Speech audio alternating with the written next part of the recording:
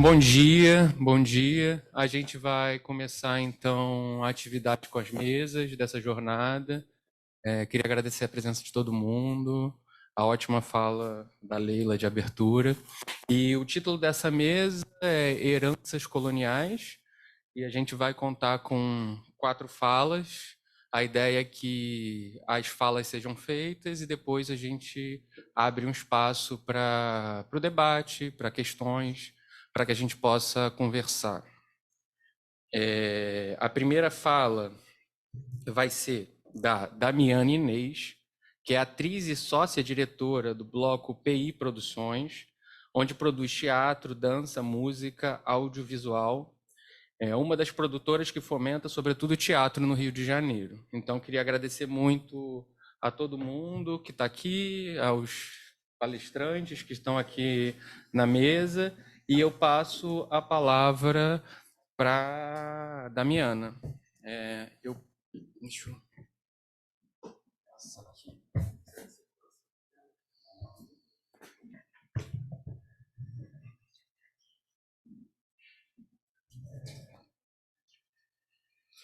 Bom dia. Quero começar agradecendo o convite por estar aqui nesta manhã, falando sobre herança colonial. E eu quero começar a minha fala recitando uma poesia de Elisa Lucinda. Os tambores. Os tambores ecoam. Os tambores soam. Os tambores voam em suas direções. Os tambores dizem sim. Os tambores vencem o não. Os tambores trazem a glória quando o seu tocador escreve a sua própria história. Então, eu resolvi abrir com essa poesia porque o que me forja é a arte, né? É o teatro. E quando eu ouvi essa poesia da Elisa Lucinda pela primeira vez, eu entendi que a minha luta, a minha resistência para combater o racismo, o preconceito, que é uma herança colonial, é uma herança que a gente vai carregar ainda por muito tempo, porque o nosso país ele é racista, então a gente precisa estar falando sobre isso para a gente combater isso. E essa poesia, ela traz uma mensagem de que a gente precisa contar as nossas histórias para que a gente consiga resistir, seguir resistindo. E quando a gente é silenciado e é apagado, e nossas histórias são apagadas, a gente perde, né, esse poder de resistência, porque a gente não se reconhece. E quando a gente fala de herança colonial, me remete total à nossa ancestralidade, né? Porque a gente a gente a gente não nos foi contada a verdadeira história. As nossas histórias, elas são silenciadas, elas são apagadas, tentam de todas as maneiras apagar a nossa história, a nossa existência. E aí fiquei pensando muito nas mães solo, né? As pesquisas apontam que nos últimos 10 anos, 90% das mães solo são negras. Então, como que a gente vai contar a nossa história se as nossas crianças não têm as histórias dos seus ancestrais paternos? A começar por aí. Como que conta? Como que ela segue sem saber da sua ancestralidade, né? A gente fala muito no termo hoje na filosofia africana chamada Ubuntu. Eu sou porque nós somos, e no teatro é isso, né? A gente trabalha o coletivo o tempo inteiro. Então a gente coloca essa prática do Ubuntu o tempo todo, muitos sem até saber, né, o que estão fazendo, né, essa força ancestral que vem. Então, acho que essa reflexão para a gente pensar como, como ponto de partida para a gente discutir, falando e refletindo sobre a herança colonial, é pensar nessas mães solos, né? Sobretudo as mães pretas que seguem numa resistência com seus filhos e aí vivem o feminicídio de uma maneira brutal. Eu acabei de montar um espetáculo que eu estava em cartaz aqui em Copacabana, no Sesc, chamado Desabamentos, aonde eu trago uma narrativa ficcional, realística, sobre o feminicídio feminino preto no carnaval, que a gente não fala, né? Porque é um momento que está todo mundo em festa, numa euforia, numa alegria, e a gente é, não sabe o que está acontecendo de verdade na nossa sociedade e ao nosso entorno. E a violência, o feminicídio no carnaval vem crescendo a cada ano brutalmente. E quando eu levo essa narrativa para o espetáculo, eu vejo o quanto choca a sociedade que não reflete sobre isso, né? Que não pensa no momento que é um momento de uma manifestação cultural coletiva, né? Onde a gente está ali juntos, confraternizando e comungando uma alegria, né? Tem tantas mulheres sendo perseguidas, massacradas e exterminadas porque estão tentando ser livres, colocar os seus corpos numa liberdade que ela acredita ser possível. E então é importante a gente dar uma refletida sobre, porque também é uma herança colonial, aonde nos é colocado que a mulher não pode ter o seu corpo livre da maneira, usar o que ela desejar, usar da maneira que ela desejar, num tempo e hora e lugar que desejar. Então, o teatro, voltando para o teatro, né? O teatro, quando o público está e quando nós estamos em cena, a gente traz questões de reflexão que muitas vezes o público sai se questionando, mas não entendendo o porquê que se questiona. Quando a gente tem a oportunidade do bate-papo, é maravilhoso. Geralmente, eles são muito potentes por isso, porque a gente vê as questões do público sendo colocadas ali, né, à prova e colocadas de uma maneira, muitas vezes, que a gente nem sequer pensou, porque chega muito diretamente. Por quê? Porque a reflexão ela vem, né? Ela vem porque a questão ela é levantada e é colocada e de forma a trazer todo mundo para uma reflexão mais profunda, porque tem a empatia, né? Aí a gente traz de novo o conceito Ubuntu, que é eu ter a empatia pelo outro, eu ter a escuta pelo outro, eu ter o respeito pelo outro e eu trocar com o outro,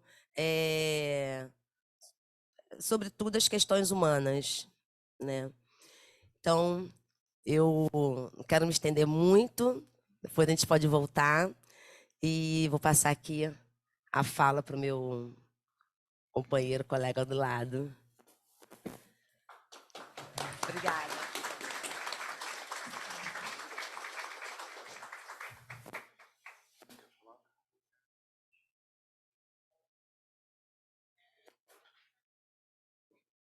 Agora, então, tá funcionando. Agora, então, a gente vai passar a palavra para o Newton. Muito obrigado pela fala, Damiana. Obrigada. Muito obrigado. E o Newton... Calma aí, abriu... Anotei no lugar errado.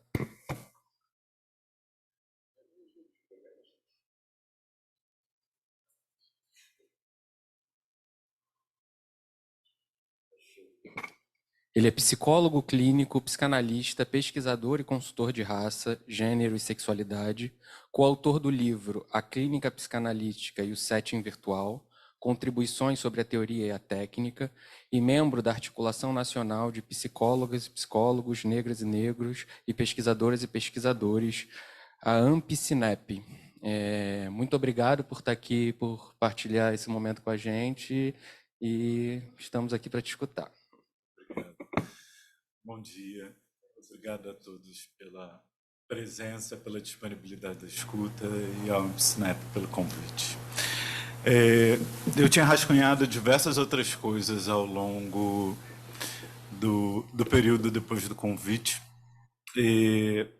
mas ontem eu acabei desconsiderando tudo que eu tinha escrito justamente porque fiquei pensando numa das maiores heranças que eu acho que a colonialidade trouxe, não para sujeitos negros, mas para a branquitude, que é justamente a palavra que foi um dos objetos que se debruçou a Leila no seu discurso de abertura, né?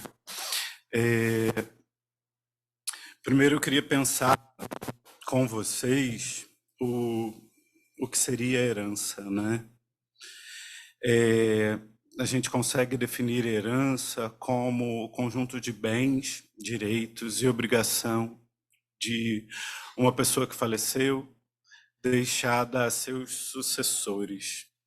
E aí, quando a gente pensa em bens, direitos e obrigações, e a gente pensa na sociedade racializada como ela é racializada no Brasil, talvez eu não precise justificar o quanto os bens e os direitos ficam para uma parcela da população e as obrigações ficam para outra parcela.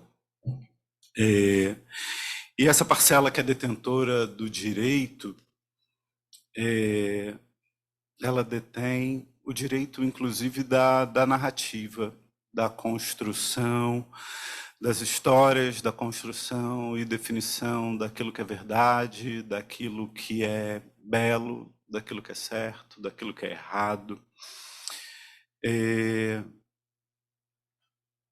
Ela constrói histórias que, como colocou a Damiana, nem sempre são verdadeiras, como a que nos foi contada durante séculos a respeito do processo de colonização e criação da nossa sociedade. A Leila nos rememora sobre o quanto a palavra proferida ela se torna ato. A palavra incide sobre o corpo e a palavra também ela define o que a psicanálise considera como inconsciente.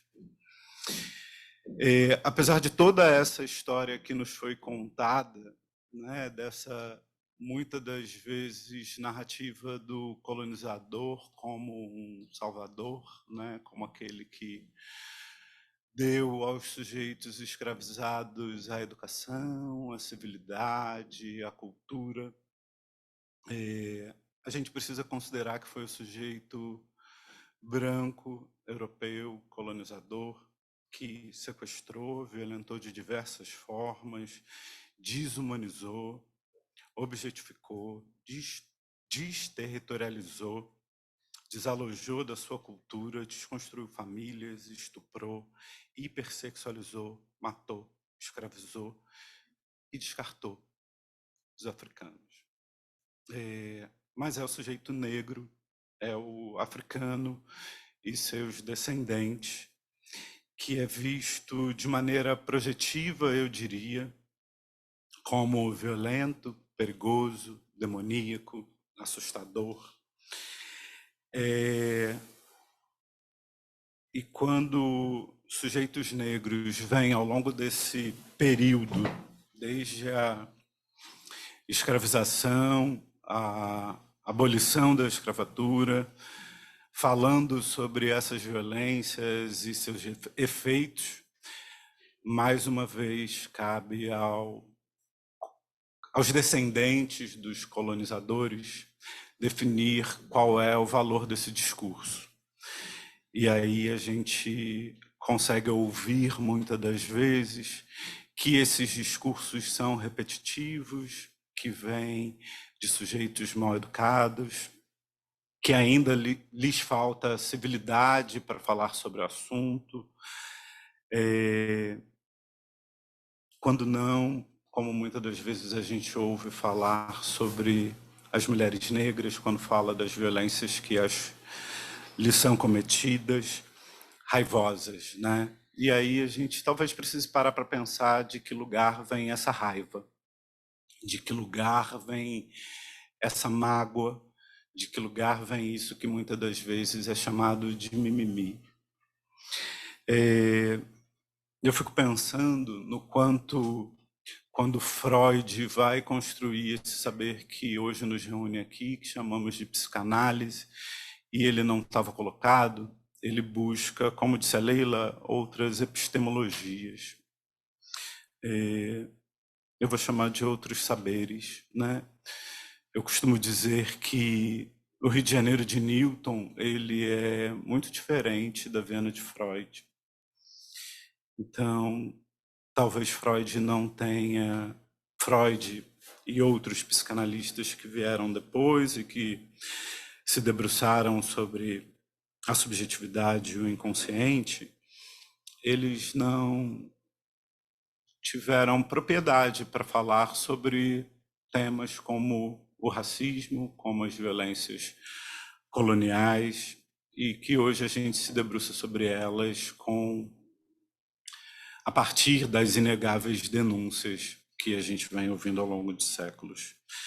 Então, talvez a gente precise se voltar também para outros saberes que vêm sendo negados ao longo dos séculos, muitas das vezes porque essas falas, essas denúncias e esses saberes, eles são excluídos da nossa sociedade, né? Eles são minimizados, eles não estão dentro das academias, que continuamos ainda hoje debruçados sobre autores, pesquisadores e cientistas eurocêntricos, brancos, na maior parte das vezes homens ditos héteros, até porque nós sabemos que a heterossexualidade ela se manifesta de diversas formas, e cisgêneros.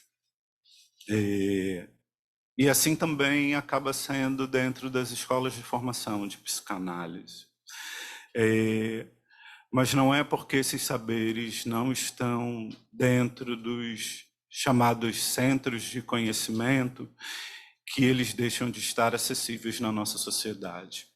A Damiana traz a arte como uma dessas formas de saber, de maneira muito brilhante, inclusive, parabéns.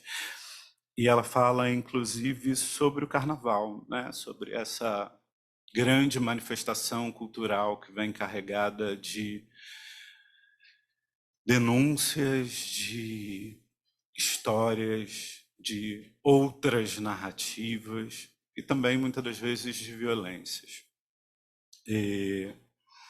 Mas esses saberes também são desprezados, até que algum sujeito branco se interesse e se aproprie mais uma vez e traga aí um outro lugar para essa narrativa, dando valor.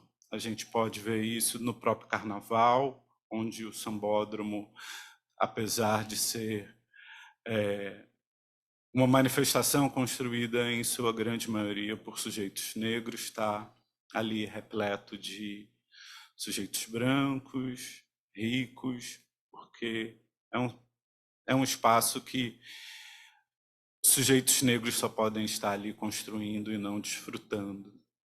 A gente pode ver isso também nos terreiros, né? As religiões de matriz africana vêm sendo demonizadas ao longo dos anos, mas sabemos que muitas das vezes são aos terreiros que, na hora do sufoco, digamos assim, a maior parte da população brasileira recorre, independente da religião que diga proferir, e os terreiros estão carregados de pessoas brancas. Assim é também nas diversas formas de manifestações musicais, o samba, o rap, dentre outros gêneros. E aí eu fico pensando se nós ainda, dentro de tantas possíveis formas de assimilação, de saber a respeito da negritude ou dos efeitos do racismo, se nós ainda precisamos buscar autores, pesquisadores e cientistas brancos, né? Será que essa não é uma forma, mais uma vez, de excluir sujeitos negros de uma possibilidade de dizer sobre si, já que não só a partir da minimização do valor desses discursos, mas da exclusão de sujeitos negros de dentro das universidades e dos centros acadêmicos, a gente pode dar uma olhada aqui na plateia e pensar um pouco sobre isso. Será que a gente ainda precisa buscar escritores eurocentrados ou outras violências humanitárias como nazismo para dar conta dos efeitos do racismo? Será que a gente precisa que outra pessoa diga sobre suas violências para que a gente possa pensar nas violências do racismo e nos efeitos disso, nessas heranças coloniais que temos na nossa sociedade, enquanto temos diversos sujeitos negros produzindo saber e dizendo sobre isso o tempo inteiro de diversas formas?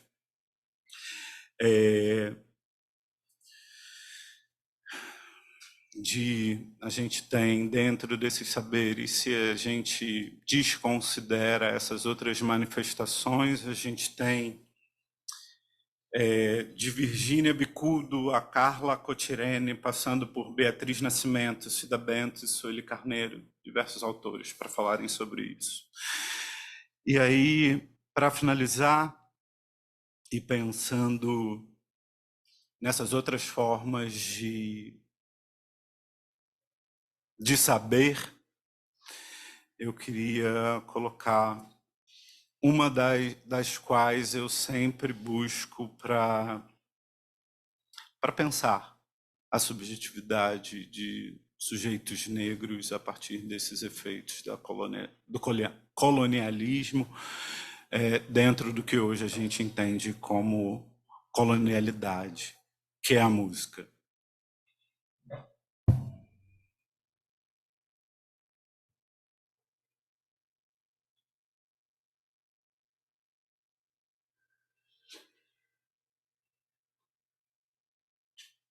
Deixa eu só colocar o som aqui.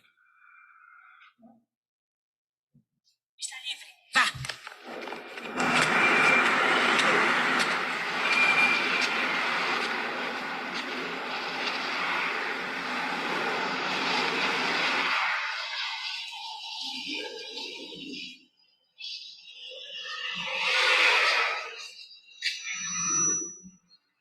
Está vendo? Você está perdida sem mim. No dia 14 de maio eu saí por aí.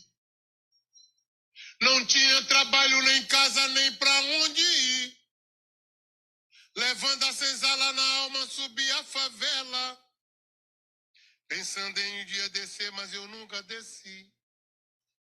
Zanzei zonzo em todas as zonas da grande agonia. Um dia com fome, no outro sem o que comer. Sem nome, sem identidade, sem fotografia. O mundo me olhava, mas ninguém queria me ver.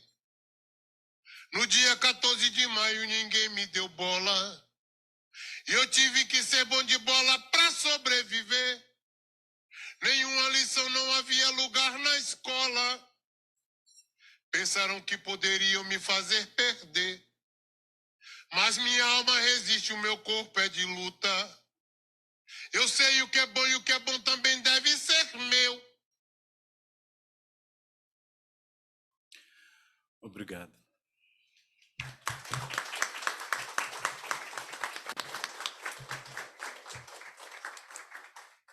Muito obrigado, Milton. Muito obrigado. Agora a gente vai passar Agora a gente vai passar a fala para Vânia Maria Cidade, que é membro efetivo e ex-presidente do CBPRJ, coordenadora da Comissão de Estudos Críticos sobre Relações Raciais e Descolonização do Pensamento da CBPRJ, atual presidente da FEPAL. Eu passo a palavra para você, Vânia. Muito obrigado pela presença. Obrigada. Obrigada por todos vocês estarem aqui por esse diálogo. Quero agradecer a Leila, não estou achando a Leila que falou comigo, que me convidou, obrigada. Eu disse para a Beatriz que eu me sinto aqui em casa, isso aqui é a minha segunda casa. Tem pessoas aqui que eu admiro profundamente, essa jornada eu acho que alimenta a alma da gente, é uma jornada que sempre traz reflexões importantes e que ficam à margem da sociedade em geral, especialmente das sociedades de psicanálise. O Newton e a Damiana falavam sobre a questão das nossas heranças. Nós temos uma herança multiétnica e multicultural. Quando os invasores, ditos descobridores, chegaram aqui, essa terra já era ocupada, já existia uma sociedade com os seus costumes, com a sua organização, com o seu modo de vida. E a história, vocês sabem, a história contada para nós nas escolas, a história oficial é que chegaram os descobridores, ocuparam essa terra, e com essa ocupação veio também a destruição da terra, que até hoje a gente vê, e com muita força. Essa destruição nunca cessou. Na ocasião, eram por volta de 10 milhões de indígenas, hoje são 960 mil, então a gente vê o extermínio que ocorreu ao longo da história. Na América Latina, por volta de 3 mil idiomas desapareceram, por volta de 200 etnias desapareceram, com o que se diz, com o que se chama de descobrimentos das Américas, né? E essa violência, essa crueldade, ela começa com essa invasão da América Latina, do Brasil, de outras partes da América Latina, e ao explorarem a terra, toda vez que há invasão, todos os momentos que a gente soube de alguma invasão, ela tem sempre uma força militar que conduz essa invasão. Nunca é algo tranquilo, nunca é alguma coisa que aqueles que são invadidos, os territórios que são invadidos, recebem essas pessoas com paz e tranquilidade, porque sempre que há uma invasão, até hoje a gente sabe das invasões nas comunidades do Rio de Janeiro e das periferias de todo o Brasil, e a gente sabe que essas invasões elas se dão sempre pela força militar e se dão sempre com o uso da violência, com o uso da repressão e da violência. Não foi diferente nesses descobrimentos, nesses ditos descobrimentos. Isso acontece no final da Idade Média, quando já havia toda uma falência do sistema político. A Europa começa a buscar outros lugares para explorar. E assim, no Brasil, no caso do Brasil, quando acontece de verem que a força de trabalho que havia aqui não daria conta da exploração que eles pretendiam fazer, eles invadem o sul da África e começam a sequestrar pessoas, e essa história vocês sabem, mas é uma história que vem sendo recontada ao longo dos tempos. Existem várias heranças. Se a gente pensar a herança colonial, a gente pode dividir pelos grupos, pensar como ela se deu em relação aos grupos que ocupavam a terra. Para os negros africanos que aqui chegaram e para os indígenas que já estavam aqui, já ocupavam a terra, essa herança foi uma. Para os invasores e descendentes desses invasores, essa herança foi outra.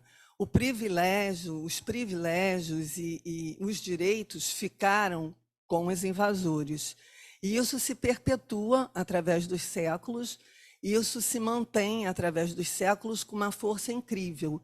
Alguns autores costumam dizer que o sistema escravocrata ele foi alguma coisa que deu certo ao forjar sujeitos, ao dessubjetivar sujeitos, ao criar brancos, negros, indígenas, porque até então o que havia eram ingleses, portugueses, brasileiros, italianos. O que havia era a nacionalidade e o país de onde aquelas pessoas surgiam.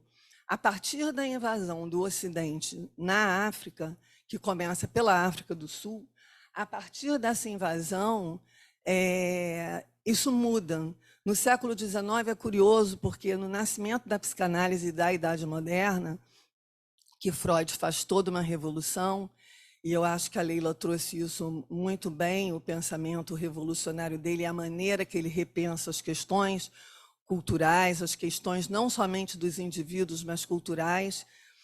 Nesse mesmo momento em que surgia a psicanálise, com força e transformando todo o século XX, nesse mesmo momento surgiam as raças. A mesma ciência que criou as raças, porque no século XIX, a ciência que criou essa assimetria entre brancos, indígenas, negros, amarelos, foi a ciência que legitimou isso, que deu um status para isso de verdade, como disse o Newton. Essa mesma ciência, não diria a mesma, porque a psicanálise a gente não pode pôr no mesmo plano das outras ciências, mas nesse mesmo momento surgia a psicanálise. Então é interessante porque a nossa herança, os grupos pensam heranças de forma diferente, vivem e sentem e pensam herança de maneira diferente. A população negra, no mesmo momento em que se dá essa questão da fundação da República, nesse mesmo instante, cria-se esse sujeito completamente apartado da sociedade, completamente sem direitos, conforme a música que o Newton botou para tocar, a partir do dia 14 de maio, que é o dia em que os negros ficam perambulando pelas ruas, sem ter para onde ir, sem ter nenhum dispositivo para sobrevivência, ou se mantinham nos lugares onde estavam na mesma condição anterior de vida, ou aqueles que queriam a liberdade saíam, mas sem ter uma solução, sem ter nenhum suporte para dar conta da vida que ali iniciava, a vida de liberto que ali iniciava. O direito, a disciplina direito, todas as ciências da época contribuíram muito para que as coisas ficassem do jeito que estavam. O direito criou leis que determinavam que era a vadiagem, perambular pelas ruas. Então, ao mesmo tempo que eles são colocados à rua, ao mesmo tempo cria-se dispositivos para que eles pudessem ser recolhidos com violência. Toda a cultura que eles traziam também era criminalizada, então a capoeira era criminalizada, os terreiros de então eram criminalizados, o samba, que começa a surgir já no início do século XX, era criminalizado. Então, toda a cultura, tanto de indígenas, tanto dos povos originários, quanto dos africanos, que aqui restaram os seus descendentes, foram criminalizadas, que era mais uma maneira, era mais um dispositivo para massacrar e para alijar essa parcela da sociedade, porque acreditava-se que não haveria evolução do Brasil, da nação, do Estado-nação, com aquele contingente de pessoas negras que aqui chegaram. Foram por volta de 4 milhões ao longo de 350 anos. Não há um cálculo preciso de quantas pessoas morreram pelo caminho. Muitos morreram porque se atiravam ao mar, porque não conseguiam suportar a ideia de serem submetidos às violências que já vinham ocorrendo desde a saída deles do continente africano. Quando eles saíam, eles recebiam um novo nome, havia uma árvore, que era a árvore do esquecimento, que eles tinham que dar 9 voltas para esquecer todo o passado, esquecer todas as referências afetivas, sociais, esquecer, inclusive, o próprio idioma. É evidente que isso não era esquecido, eles trouxeram isso com eles, e eu acho que, de alguma maneira, isso chega até nós, eu acho que chega até nós como uma forma de resistência, Porque tanta questão de se jogar ao mar ou de chegar aqui e de sobreviver, em média, os escravizados sobreviviam 7 anos, os que eram obrigados a trabalhos forçados sobreviviam 7 anos, os que ficavam na Casa Grande sobreviviam mais tempo, mas em condições desumanas. Cria-se histórias, a memória é algo que também entra em guerra e disputa, porque há uma memória que é aquela oficial, que nos é contada, e há uma memória oral transmitida que, apesar deles terem rodado 9 vezes em torno da árvore, não se esquecia, eu acho que, pelo contrário, recrudescia a vontade de resgatar tudo que foi perdido, e isso se fazia através de contextos em que eles podiam fazer com que a cultura permanecesse. Então, era através das danças, era através dos cultos religiosos, que dava-se um jeito de adaptar a situação para aquilo sobreviver. Então, embora estivessem pessoas de grupos absolutamente distintos, com idiomas completamente diferentes, porque cada um vinha de uma região, e separava-se os grupos justamente para que não houvesse o direito à troca verbal. Por isso, a Grada Quilomba diz que a boca se tornou o órgão máximo de opressão, porque, além de se trancar a boca efetivamente para que não comessem os frutos, mas também se trancava a boca para que não falassem.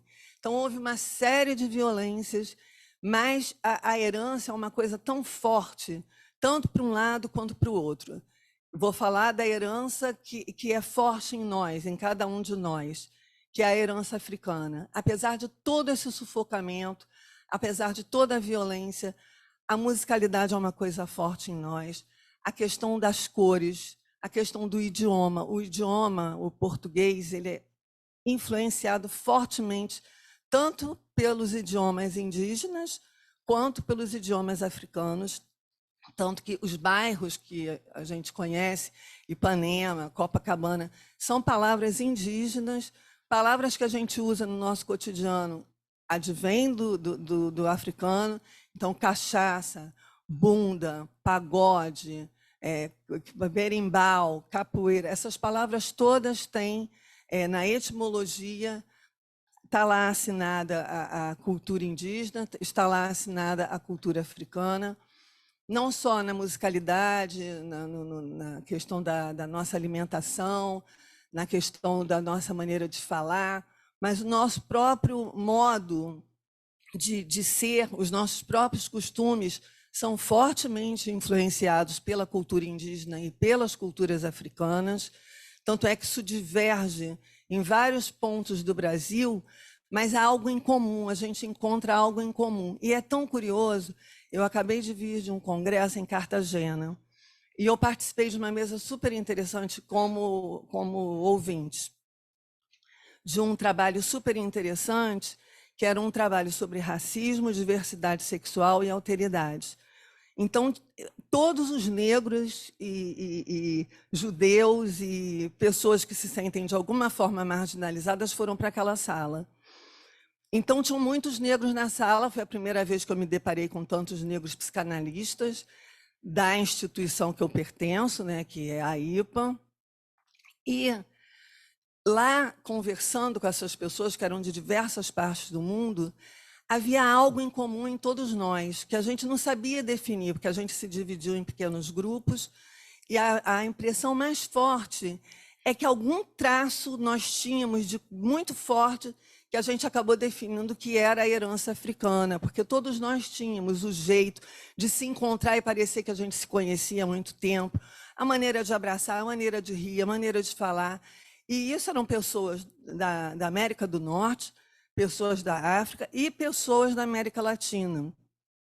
Aqui na América Latina, os países que mais sofreram com a colonização foi Cuba, o Brasil, Venezuela e o Caribe. São os lugares onde a presença do negro é muito forte e a gente encontra algo em comum em todos nós, e isso tem a ver com a questão da herança mesmo. E essa resistência sobre a qual o Newton e a Damiana falavam é uma resistência que ela começa nos navios negreiros, com essa impetuosidade de se jogar ao mar, mas ela se mantém durante todo o período escravocrata, o que não é contado. O que é contado é que eram vagabundos, que tentavam fugir para fugir do trabalho. E isso também é uma coisa muito forte, porque é esse mesmo negro vagabundo que construiu esse país. Cada paralelepípedo, como diz a música do Chico Buarque, foi colocado pelo negro nesse país. Cada igreja que a gente vê construída foi construída pelo negro. As tecnologias que esses africanos trouxeram para cá, de plantio, de mineração, da criação de gado, foram eles que trouxeram isso para cá, que ensinaram, que criaram. E apesar de todas as criações, como disse o Newton a respeito do carnaval, o negro acaba alijado delas. Ele planta, mas ele não pode comer o que é plantado. Ele cria, ensina a criar o gado, mas ele não pode comer a carne. Ele cria um minério, descobre a questão do minério, ensina como explorar o minério e como transformar o minério, mas ele não tem acesso àquilo. Ele constrói a cidade, mas ele não pode circular pela cidade. Ele edifica os prédios, mas ele não pode morar nesses prédios. Ele ajuda a construir o apartamento, mas a ele é reservado um quartinho de empregada de 2 por 1,5, um banheirinho de 1 por 1.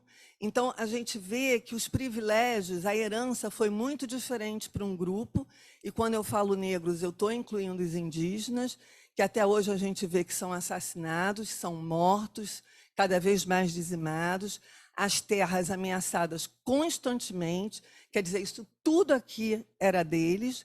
Hoje restam pedaços de terra que estão querendo agora criar um marco temporal. A destruição ela prossegue da mesma maneira. Os privilégios continuam sendo de uma parcela da sociedade que tem direito, e quando eu falo de direitos, eu me refiro à habitação, eu me refiro a saneamento básico, à saúde, à educação. Todos esses direitos, a gente sabe que a população negra tem muita dificuldade de ter acesso. E quando abre-se um acesso, que foram as cotas, isso é questionado, isso é demonizado, isso é colocado como incrível, mas tem gente que chama isso de privilégio. Embora a gente saiba que as cotas não foram criadas aqui no Brasil para os negros, há outros grupos que sempre tiveram acesso a cotas, como os militares, por exemplo. Os filhos de militares, especialmente as mulheres, sempre continuaram recebendo os salários. Os militares sempre tiveram direito à casa, à habitação. A gente sabe que há bairros exclusivos de militares. No Rio de Janeiro, há praia de militar, praia reservada para o militar. Então, quando é uma cota que é voltada para a população mais pobre ou negra, a sociedade, de alguma forma, se insurge questionando aquilo. E é curioso porque nós, psicanalistas, nós somos afeitos tanto à investigação da alma humana, de querer saber, de ter uma disponibilidade para ouvir, de ter uma receptividade para o outro. E é curioso que os psicanalistas nunca tenham parado para pensar na exclusividade da cor, na exclusividade de classe, nunca tenha parado para pensar. De classe, até eu ouço a discussão sobre classe há mais anos, mas a discussão sobre a ausência de negros nos ambientes psicanalíticos, isso também é uma herança. É uma herança de como a psicanálise foi introduzida no país, de quando ela chegou no país. A psicanálise chega no país por volta de 1949, 1950. Logo em seguida vem a ditadura, vem o período de ditadura. Então ela cresce, ela se torna, ela se consolida com as sociedades de psicanálise no período da ditadura.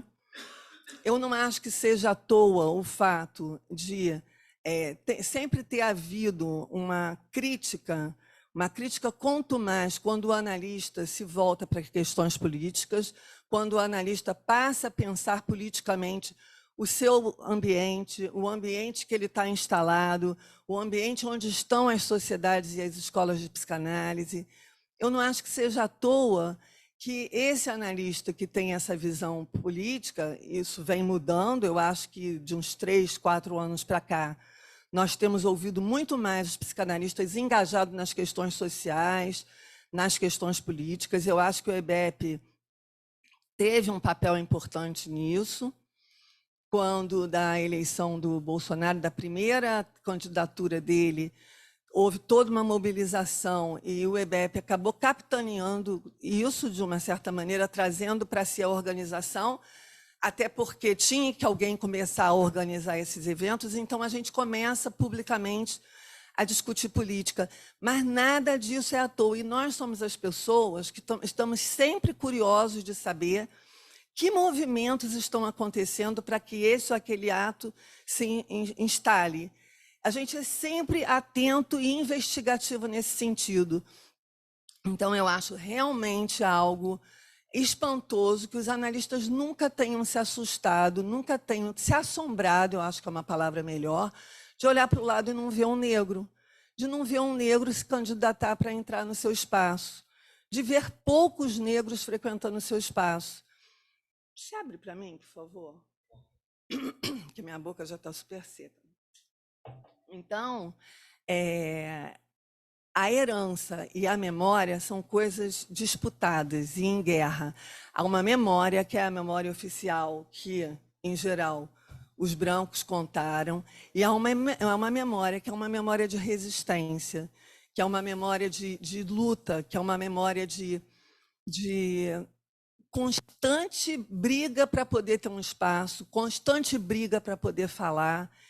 E, apesar da sociedade constituir as coisas desse modo, de terem grupos sociais que podem falar, que têm direito à fala, que têm direito à casa, que têm direito à educação, que têm direito aos bens culturais da cidade, que têm direito a circular por qualquer canto, os grupos que ficam alijados disso são os grupos que permanentemente lutaram para mudar isso. Então, se hoje a gente está aqui falando, é porque a gente lutou para estar aqui falando. É porque a gente recebeu, a gente olha para trás, nós costumamos dizer que os nossos passos vêm de longe. Os passos virem de longe significa uma certa tragédia no campo da saúde mental, porque é a tragédia de você ter que lutar para sobreviver no dia a dia.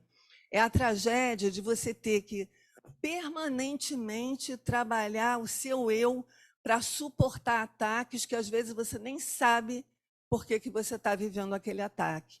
E há um grupo que nem pensa a sua racialidade. Esse grupo é a maioria de vocês, que nem pensa a sua racialidade, que nem pensa o que é ser branco, que nem pensa qual é o seu poder na sociedade. A gente sabe que o poder ele é político e financeiro. O poder que forja o racismo, o poder que forja a desigualdade, o poder que forja esses grupos que ficam fora e os grupos que estão dentro, os grupos que estão na periferia e os grupos que estão no centro, é o poder branco. Porque se a gente olha para o Senado, se a gente olha para o poder legislativo do país, se nós olhamos para as grandes empresas, para as grandes indústrias, quem está lá assinando e mandando? São os brancos. Quem está lá encabeçando quem vai entrar e quem vai ficar fora? São os brancos. Com raríssimas exceções, mas na grande maioria das instituições são os brancos. Então, essa memória, ela serviu para a memória oficial, ela serviu para o privilégio de alguns. A Lia Weiner-Schuckmann costuma dizer que os negros trabalham para a sobrevivência e que os brancos eles já chegam na vida, por mais que sejam pessoas que são oriundas de famílias muito trabalhadoras, até o início da República, os que chegaram aqui vieram traficados e vieram pela violência. Depois, queria-se clarear o país, porque já não interessava mais aquelas pessoas, elas podiam ser descartadas, e o desejo de clareamento era porque o país não avançaria com aquelas pessoas sujas e desprovidas de tudo, o país não avançaria. Então, eles trazem quase que o equivalente, eles trazem 3 milhões em 30 anos, o que eles fizeram em 350 anos, eles trazem 3 milhões descendentes europeus e descendentes nascem aqui, para tentar reconstruir o país e embranquecer o país. Nesse momento da história, o interesse era o extermínio dos negros, porque eles não interessavam mais para trabalhar. E a ideia é que em 100 anos não haveria mais negros, só mestiços, mulatos, mas negros não haveriam mais. É incrível, hoje nós somos 56% da população. Claro que entre pardos e pretos, que formam o grupo negro. Pardos e pretos somam e formam o grupo negro. Então, 100 anos depois, eles achavam que só teríamos a mestiçagem, que também é outro capítulo da história muito triste, porque ela foi também construída na base da violência, de estupro, de outros tipos de sequestros, sequestro no sentido de tomar aquela mulher para si. No bojo disso tudo está o patriarcado, o machismo, o neoliberalismo também começa daí. A construção do capitalismo ela também se deu com o sequestro dos negros.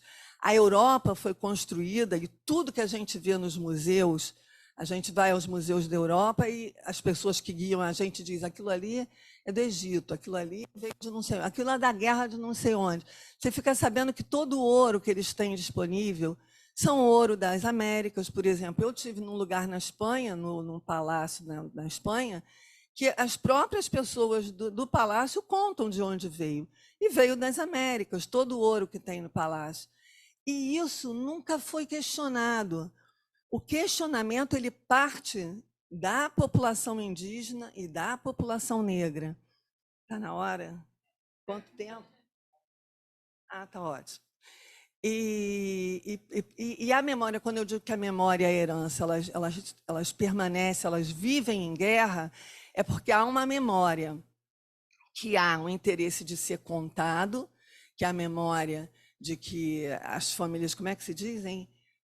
Tradição, família e propriedade. Há essa memória desses que construíram São Paulo, o Rio de Janeiro, o sul do país, não por acaso os lugares onde a psicanálise nasceu. Ela nasce em São Paulo, vem para o Rio, depois para o Sul. Não por acaso os lugares também onde a escravização foi violenta, muito violenta, os modos de adestramento dessas pessoas foi muito violento nesses lugares, tanto no sul do país. Rio Grande do Sul é tido como o estado mais racista do país. Entretanto, lá tem 13% de negros e é um dos lugares onde o movimento negro é mais forte. Então, todo lugar onde existe essa violência contra o negro, e no Rio Grande do Sul tem histórias assim horríveis, por exemplo, uma parte do Sul, que é Pelotas, a história das Pelotas, eu não sei se vocês sabem o que é Pelotas. Pelotas eram embarcações de couro, na forma assim, como se fosse a metade de um ovo, onde se punha dentro dessas embarcações as senhoras, as meninas, para atravessarem o rio. E o escravo ia nadando, puxando pelos dentes a pelota, para carregar essas pessoas para o outro lado do rio. Apesar de todo esse trabalho, apesar de toda essa construção, como disse o Newton, os violentos são os negros, os raivosos são os negros, os traficantes são os negros, os ladrões são os negros, mas eu acho curioso que a psicanálise tenha demorado tanto tempo para se debruçar sobre isso, para pensar sobre isso, e eu acho que é porque a história se repete na psicanálise.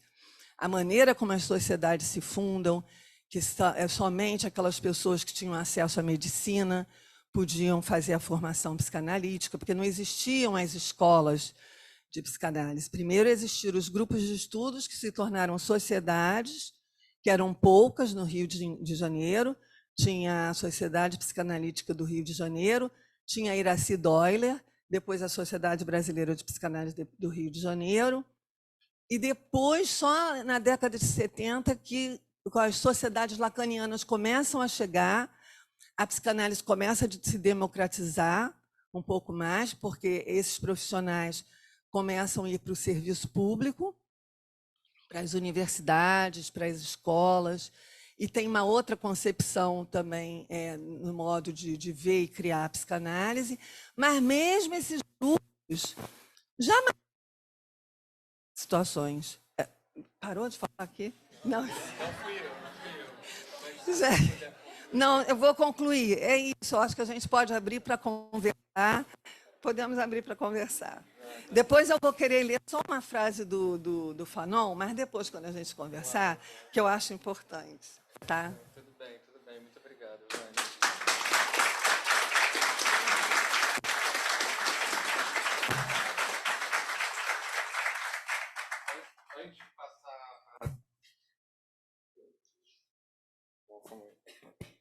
Antes de passar para a Nelma, o Newton queria dar uma palavrinha.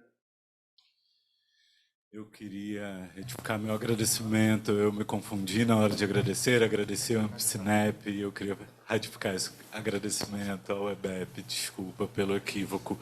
E queria dar os créditos da música que eu coloquei. A música é de Lazo Matumbi, que é um artista baiano, ele é cantor, compositor, ativista, e um dos expoentes da música negra baiana. Ele é oriundo do Ilhaê, um bloco afro da década de 70, que vem, desde então, sendo uma das maiores manifestações da cultura africana.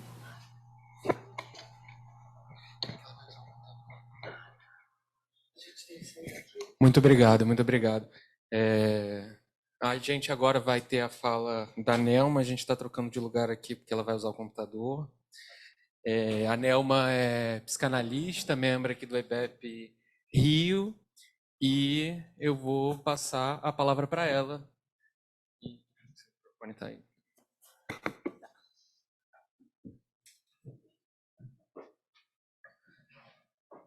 Tá bom? Tá ouvindo?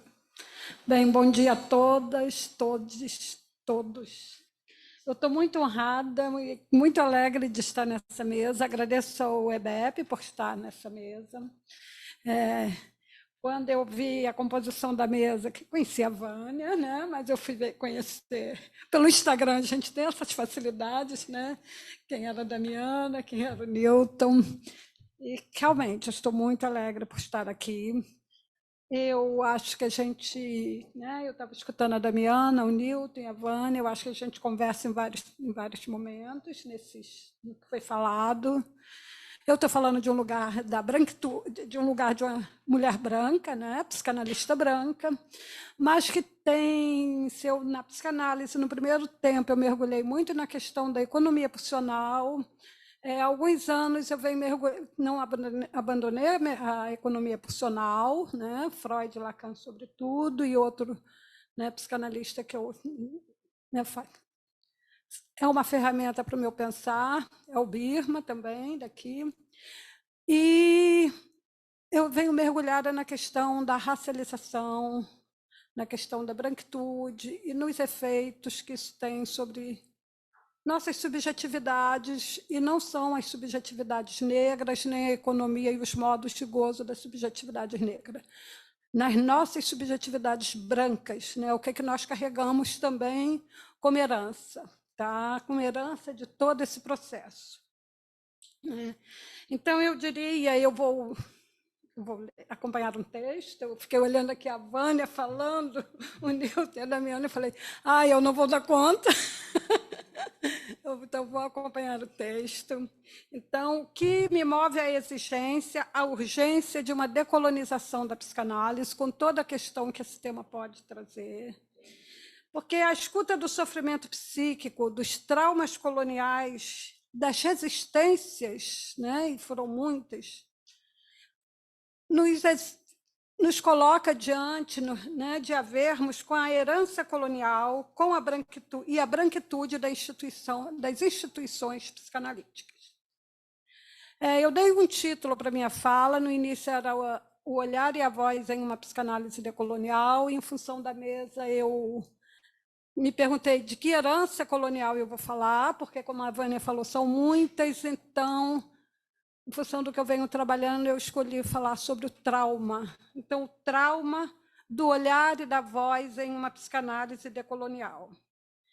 O caminho que eu vou seguir, ele foi construído, né? Está sendo construído, é um trabalho em aberto, que tem muitas questões ainda, sobre os cursos que eu venho realizando no EBEP desde 2021, problematizando o olhar e a voz na psicanálise, no racismo, as discussões realizadas, conversas no grupo de estética e psicanálise aqui do EBEP, onde estamos trabalhando há algum tempo a racialização e a poética visual da artista visual Rosana Paulino. E eu trabalho, eu penso, eu leio, escutando música.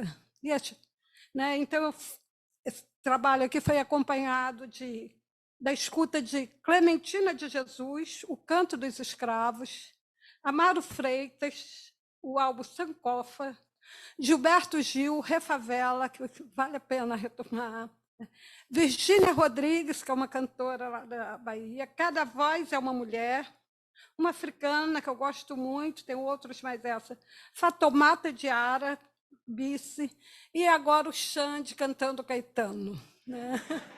Que eu gostei bastante. Tá? Então, tem uma questão que é como e com quem abordar o trauma do olhar e da voz para se pensar uma psicanálise decolonial. Estou procurando as ferramentas conceituais para abordar isso, além da psicanálise clássica, né? As trilhas abertas por pensadores e psicanalistas negras e negros, e aí eu estou, né, embora tenha uma discussão, Frantz Fanon não é psicanalista, ele foi psiquiatra, mas Frantz Fanon, Grada Quilombo, Neuza Santos Souza, Lélia Gonzalez, Isildinha Nogueira, Vânia Cidade, Inácio Paim e outros e outras que tomam a psicanálise e o racismo brasileira como um campo de saber e prática. E a pergunta é, né, o que estes psicanalistas procuram realizar é a instrumentalização do saber psicanalítico, trazendo os efeitos do racismo sobre si e em suas práticas clínicas. Isso foi feito e tem sido feito, sabemos, com muita luta, tensões e conflitos, Vânia sabe disso, né? Eu escutei ela falando há pouco tempo sobre isso, né? Tendo em vista o entrelaçamento do saber psicanalítico com o que o Inácio Paim chama de o pacto silencioso, estou citando, né? O pacto silencioso e demoníaco do mito da democracia racial e como esse também se fez presente na psicanálise. Na criação de um arsenal crítico que me possibilite pensar a herança colonial, tenho precisado de ferramentas de outros saberes e práticas, além, é claro, da psicanálise. E aí eu vou pegar esse tema da minha fala, o trauma do olhar e da voz em uma psicanálise decolonial, e vou fazer uma decomposição, né? Vou começar pelo olhar, a voz e a questão do trauma, né? Foi de uma escuta do olhar em sofrimento, a cegueira histérica, e de uma voz em sofrimento, a afonia, que Freud, ao se ater para o que era do olhar e da voz, e como por aí o destino do sintoma e do amor se apresentava, inventou a psicanálise, desconstruindo o teatro charcotiano para instaurar um dispositivo de escuta. E o que se mostrou no desdobramento de tais registro do olhar e da voz, do registro escópico e vocal, né? Exigiu do Freud, né? Depois, né, o Lacan vai trabalhar com traçado de circuitos pulsionais. A gênese da pulsão escópica, né, também, né, que está na formação do par voyeurismo e exibicionismo, apresentado por Freud em As Pulsões e Seus Destinos, mostra como o outro é necessário para se olhar o mundo e ser olhado por ele. E isso não se reduz ao funcionamento da visão. As contorções escópicas mostram um jogo de alternância entre olhar e ser olhado, uma alternância que não se faz sem ser atravessado por relações de poder. Olhar e ser olhado pode produzir erupções de lavas, experiências de prazer, de fascínio, ou também de um ódio invejoso, ou de um ódio irracional, que a gente vê como atravessa aí, né, sejam, né, a questão em relação à pessoa negra, em relação à pessoa trans, em relação à pessoa LGBTI, em relação ao que a Damiana trouxe, a questão do feminicídio, as mulheres. Então, a gente tem isso, né? Esse olhar de fascínio, também de um ódio invejoso e de um ódio irracional. Existe um poder em olhar. A gente não exerce o olhar e o ser olhado sem atravessado politicamente, sem o poder. O poder está aí. Mas quem exerce esse poder numa sociedade branca, cis, heteronormativa? Como exercemos o nosso olhar? É preciso nos perguntarmos.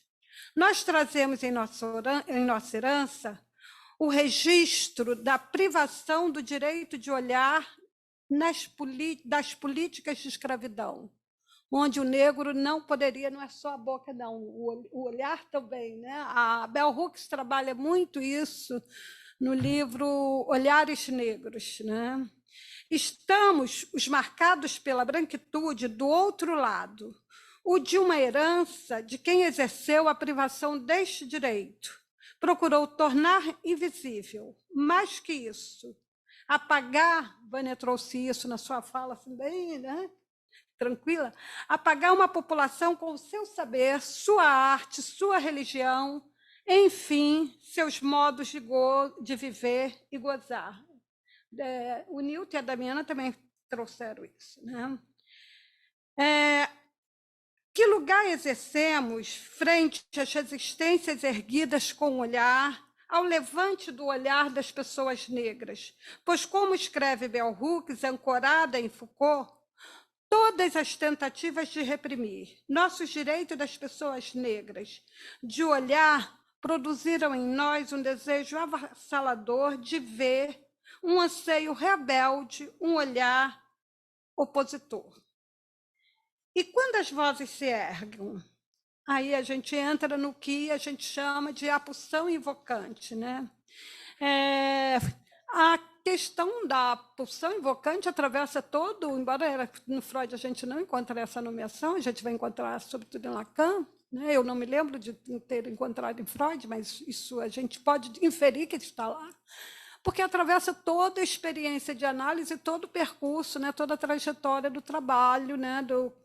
Da psicanálise freudiana. Mas eu vou pegar além do princípio do prazer, com o jogo do Fordin, Freud apresenta como apresenta uma cena de separação que é com a brincadeira do infantil.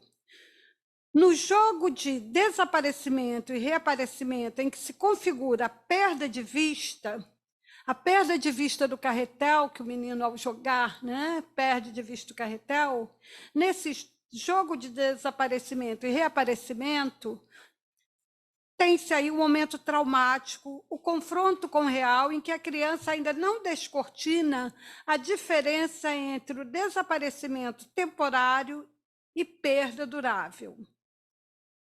E o que fazer para não ficar numa repetição da dor? Eu acho fantástico a inferência, eu acho Freud de várias ousadias, né? A inferência que ele vai buscar, que ele encontra na questão do traumático e das repetições, para falar da pulsão de morte, né? Trazer a compulsão à repetição, ele trazer a brincadeira infantil e trazer a brincadeira como uma possibilidade de sair, né? De saída dessa repetição da dor, dessa repetição do traumático. Pôr a voz em uma brincadeira, a vocalização dos seus fonemas for ao arremessar um carretel e dá ao puxá-lo, e no ritmar desse jogo de desaparecer, aparecer, a criança vocaliza a perda e faz sua entrada no mundo de linguagem.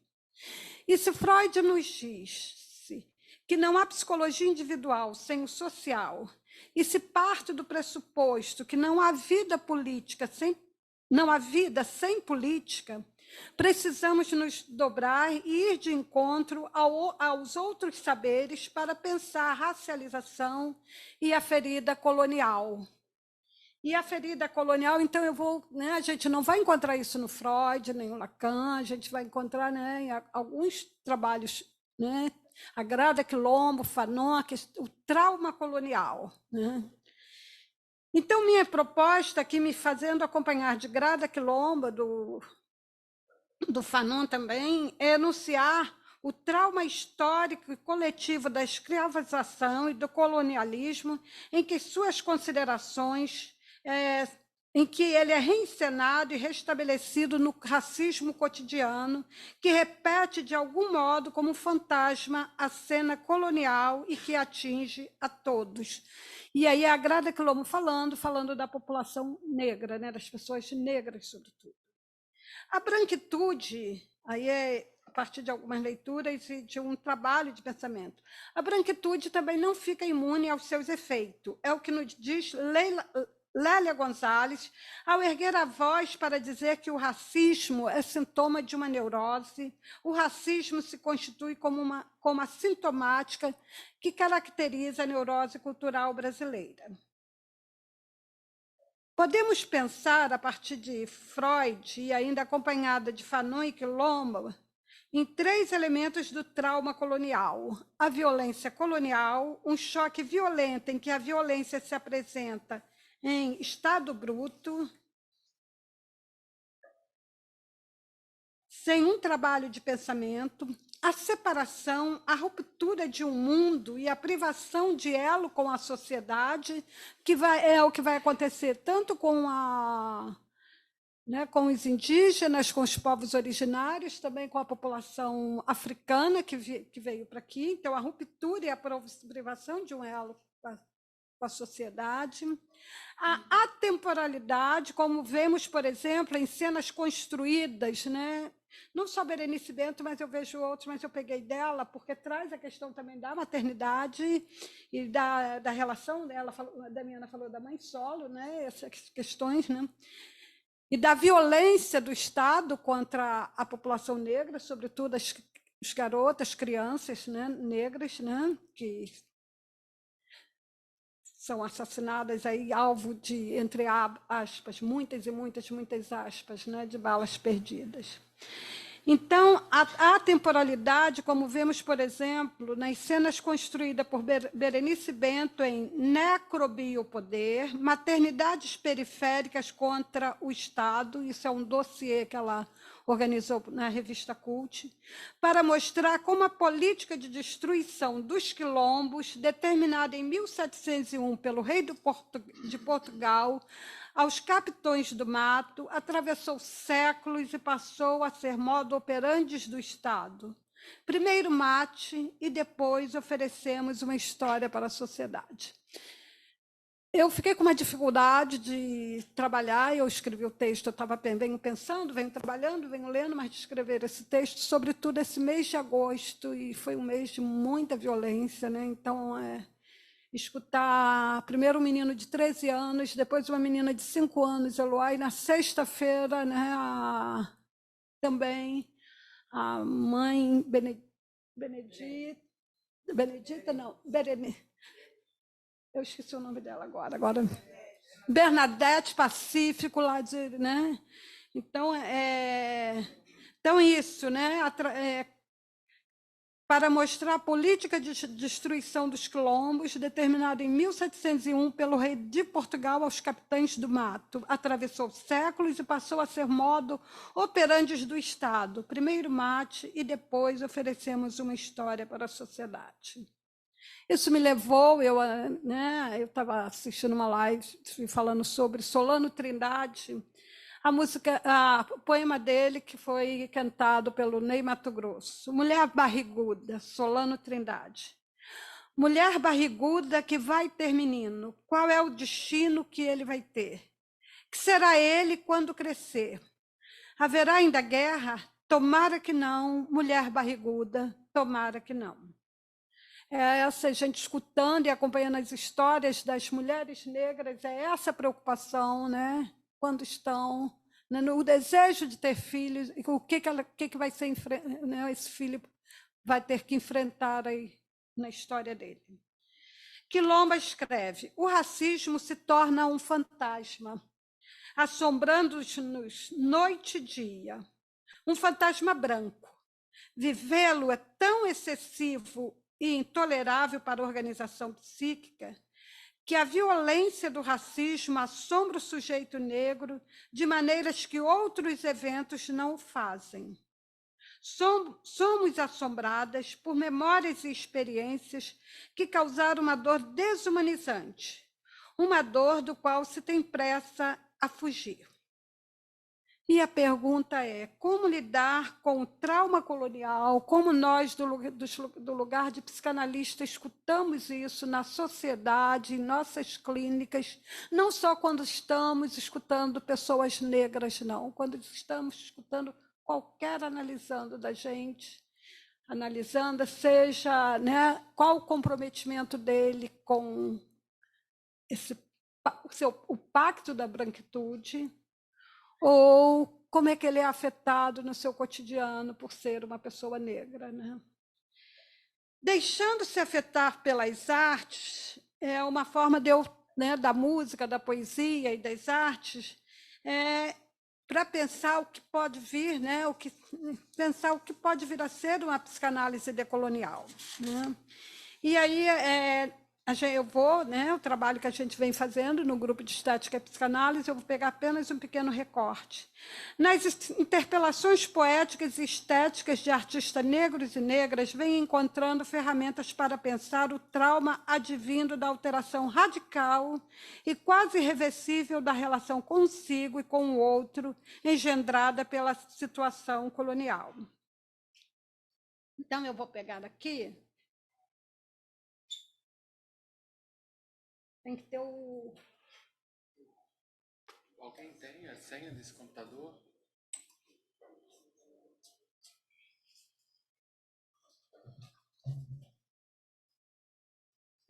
Tá aqui. Ah, tá.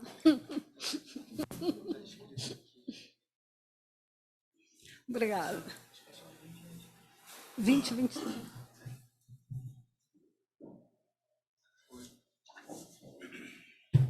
A Rosana Paulino é uma artista visual de São Paulo, a gente encontra muito material dela, muita fala dela, né, no YouTube, entrevistas, ela falando do processo, né, dela como artista, né? Como é que eu faço isso aqui? Eu queria ampliar isso aqui.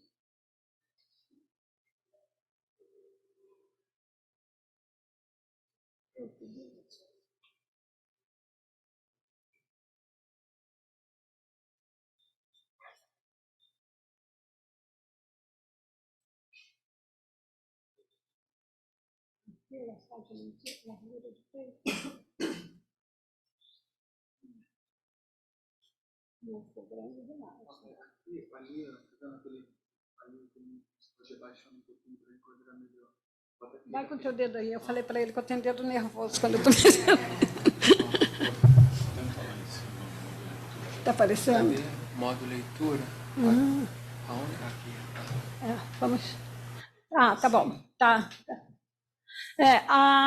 Ela tem um trabalho intenso, ela é uma artista que ela trabalha muito, né? Porque tem muita coisa, tem muito trabalho dela. Ela teve uma exposição aqui no Rio, né? Ela tem um trabalho Parede da Memória, que é muito interessante, vários outros trabalhos bem interessantes. Mas eu vou pegar esse trabalho dela nessa série que ela chama Série de Assentamento. Eu não vou me pegar toda a série, eu vou pegar sobretudo, né, tem aí essas duas imagens, né, mas eu vou pegar sobretudo a partir dessas duas imagens. Tá, essa daqui. Rosana diz que nomeou seu trabalho ao sair do mal-estar provocado pela fotografia de uma mulher negra talvez de origem, ela trabalha muito com isso, ela fotos e postais, né? Tanto em livros, ela vai muito nos livros da ciência da época, que procurava mapear a população aqui, ou a natureza brasileira, ou a fauna e a flora brasileira, e também os cartões postais que eram produzidos aqui, enviados para a Europa. E é num livro, né, ela vai dizer que que nomeou assim seu trabalho ao sair do mal-estar provocado pela fotografia de uma mulher negra, talvez de origem africana, captada por Luiz Agassiz, né, que teve aqui, né, ele, entre 1800, né, o século XIX, cuja forma de fotografar era de frente, perfil e costas. Aqui a gente já tem um trabalho da Rosana Paulina, tá? Não é a imagem que ela... Então, ela pega o que ela... Né? Ela toma essa imagem, essa fotografia, né? E que era o padrão dos registros fotográficos científicos.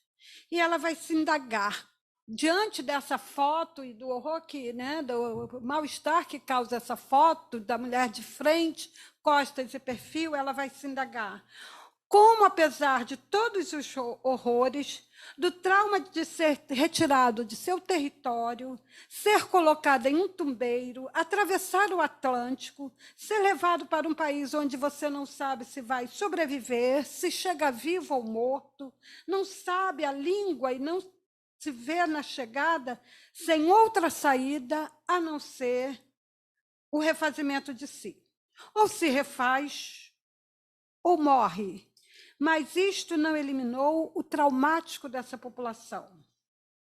Confrontada com a imposição dessa imagem, com o que ela transmite, e a Rosana vai trabalhar muito, que isso, a imagem tem poder, e aí no que a Vânia trouxe, o Nilton e a Damiana, o que nós ficamos com as imagens, né, dessas histórias que nos foi contada, né, e que que perdurou e que dominou, tendo uma outra história subterrânea aí.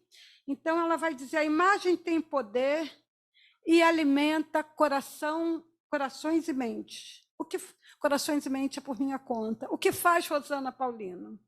Ela rompe com esse enquadramento e nos apresenta um outro enquadramento, uma outra figuração, um outro confronto, revelando o traumático da história da mulher desse país que fingimos esquecer.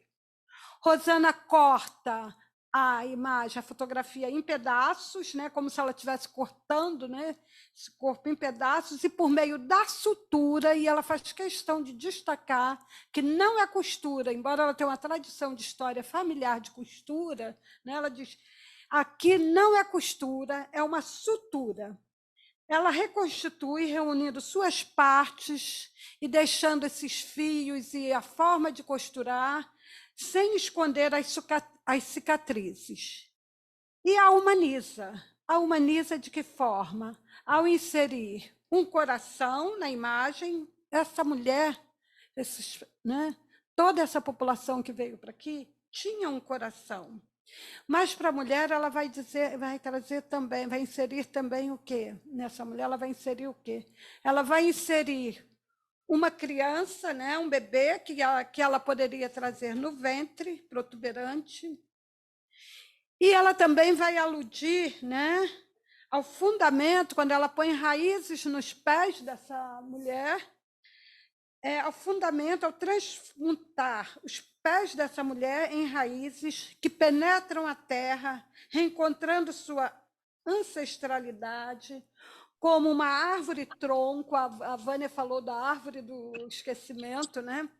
Mas como uma árvore-tronco que atravessa o tempo no qual resistimos.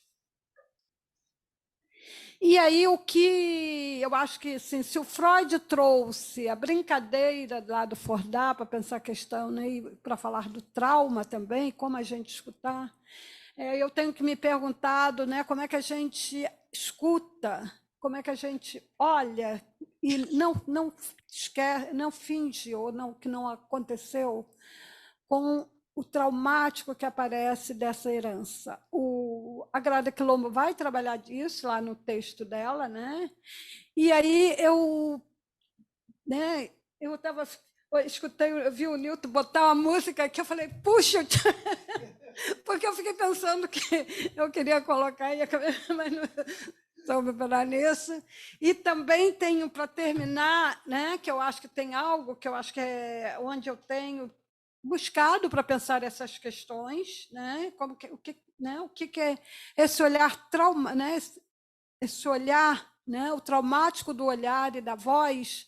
Isso me acometeu de forma muito forte, assim que me deixou num desassossego, desassossego muito grande. Foi quando eu li Pele Negras e Máscaras Brancas. Eu já tinha lido Fanon há muito tempo, por minha curiosidade lá quando eu fazia matemática, mas quando eu voltei a ler agora há pouco, né, pouco tempo, Fanon, quando ele descreve, e que aquilo foi um grito, foi um soco, quando ele descreve, não é uma criança, e aí é uma criança desde muito cedo, por isso, né, desde muito cedo, por isso quando Freud traz o olhar, a gênese da pulsão escópica e a fala, desde muito cedo a criança olhar e dizer, mamãe, e a expressão e a forma como a criança fala, mamãe, olha lá um negro.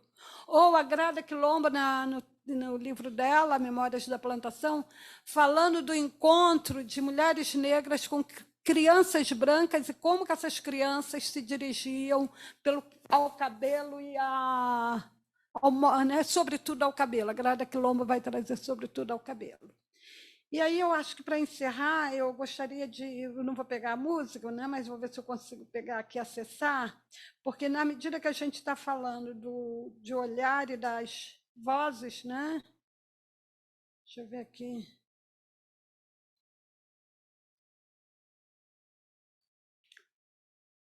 E as nossas poetas, né? Deixa eu ver se eu acho aqui. Porque a gente está falando de herança, essa herança, e aí a Conceição Evaristo falando em vozes e mulheres. Esse disco da Virgínia Rodrigues, né, esse álbum, eu falei disco, esse álbum que a gente encontra, Cada Voz é uma Mulher, é muito bonito. Ela tem uma voz, eu acho, lindíssima, e esse álbum é muito bonito. A voz de minha bisavó ecoou criança nos porões do navio, ecoou lamentos de uma infância perdida. A voz de minha avó ecoou obediência aos brancos donos de tudo. A voz de minha mãe ecoou baixinho revolta no fundo das cozinhas alheias, debaixo das trouxas, roupagens sujas dos brancos, pelo caminho empoeirado rumo à favela. A minha voz ainda ecoa versos perplexos com rimas de sangue e fome. A voz de minha filha recolhe todas as nossas vozes, recolhe em si as vozes mudas, caladas, engasgadas nas gargantas. A voz de minha filha recolhe em si a fala e o ato, o ontem, o hoje, o agora. Na voz de minha filha se fará ouvir a ressonância, o eco da vida, liberdade. É isso, gente.